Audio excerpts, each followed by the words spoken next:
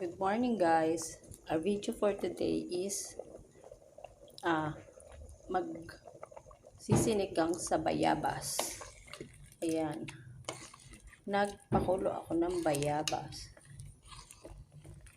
Pag talab na at lasan-lasa na ang bayabas, ilalagay na yung fish.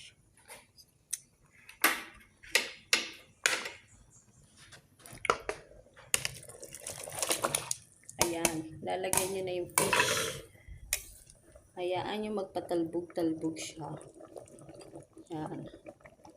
Hintayin nating maluto. Ayan. Pag lumuwa na yung mata, luto na yan. Pero, ayan. Pag lumuwa na yung mata niya, kita mo, luto na siya. Tsaka ilalagay ang gulay. Pero hindi pa. Konti pa. Ayan.